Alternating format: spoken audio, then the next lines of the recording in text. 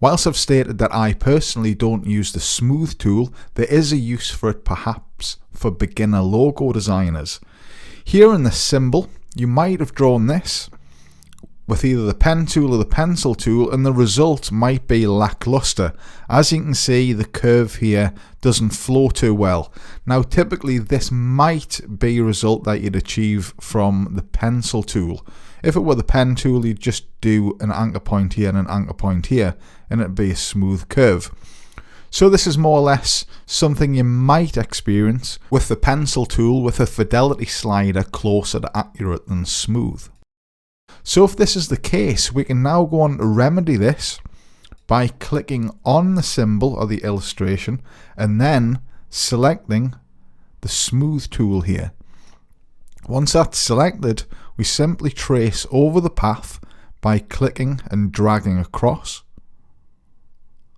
like so, and you'll see that it begins to smooth out the path. We do it again if we haven't achieved the desired result. And you'll see this is getting better in each instance. So we keep on doing this until we achieve the desired result.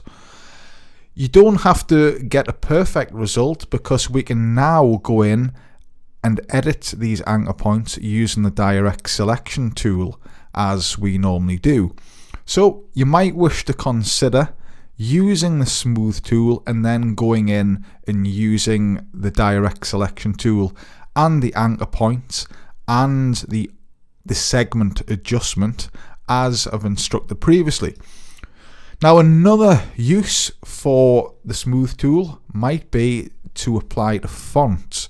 Now some fonts, particularly the free fonts that we might download, come with a series of glitches quite often. Now a glitch is something that you see in this G here. You'll see how it doesn't flow very well. So this is something we might use the smooth tool on. So clicking the G, clicking the smooth tool and zooming in. I'm now going to apply it to this glitch in the G. So if we click here and we drag around the path, you'll see that that path has now been smoothened off, and that's almost perfect, and that's in the first try.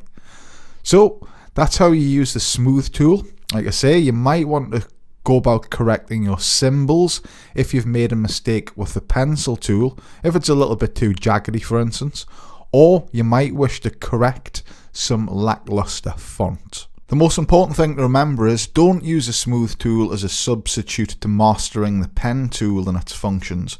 Use it to remedy the bulk of the glitch, and then use a direct selection tool, the control handles and the segments to make the graphic perfect.